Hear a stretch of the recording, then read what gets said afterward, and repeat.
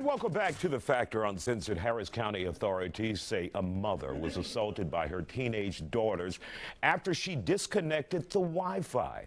They allege the girls then plotted to kill their mother. Those teens, ages 14, 15, and 16 years old, said to have grabbed kitchen knives, chasing their mom, attempting to stab her. The mother was hit with a brick, and the teen's grandmother was knocked over while trying to intervene. Nearby neighbors say the family has had a history of disturbances at their home.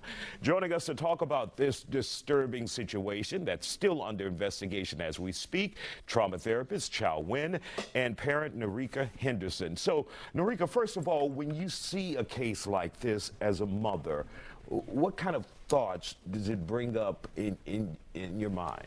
It's very disturbing. And it's alarming at the rate that today's generation of children, they have a sense of entitlement, and they seem to be extremely disrespectful. And of course, in your life, you had to make some changes. Tell us a little bit about how you had to guide your path when it came to your children. When it comes to parenting, there is no handbook on parenting. So of course there are going to be mistakes on both sides, and everybody has their view or their story. Perception is reality.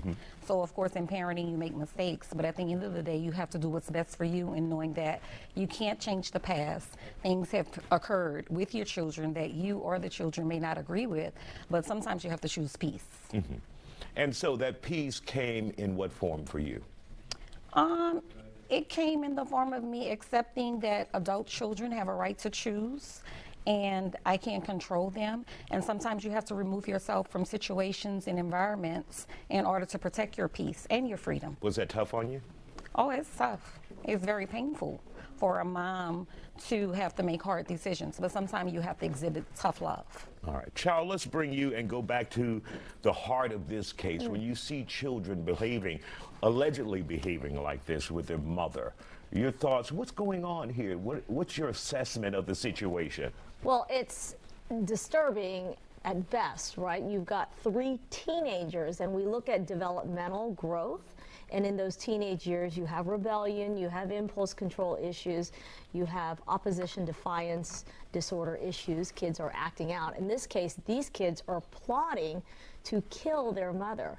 And interestingly enough, it's actually been studied. It's called adolescence parricide, the killing of the parents by the teens.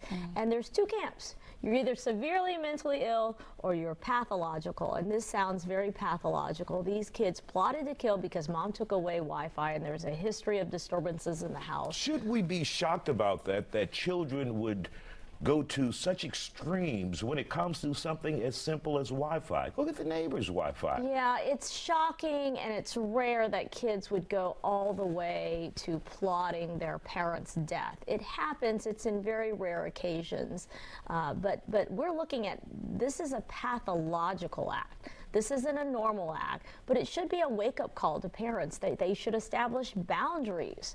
And they should establish those boundaries early. Your parents have a right to take away Wi-Fi, and never mind that the brain, the teenage brain, can have deleterious effects when it's, absorbed in electronics. I mean, by some estimates, kids are in their electronics, on their electronics, up to 9 hours a day. It disturbs your neural pathway, your developmental growth, your thinking, your reasoning. Narika, from your perspective, have we given children too much freedom, too much leeway now in this day and age, where if they don't get what they want, they could allegedly, go after mom and try to kill her? Yeah, I think that we have made the mistake of trying to give our children what we did not have. And in the process, I think those children have gotten extremely out of control. And it's to the point that you're afraid to even discipline them, because who is it that's dictating what is discipline and what is abuse? So.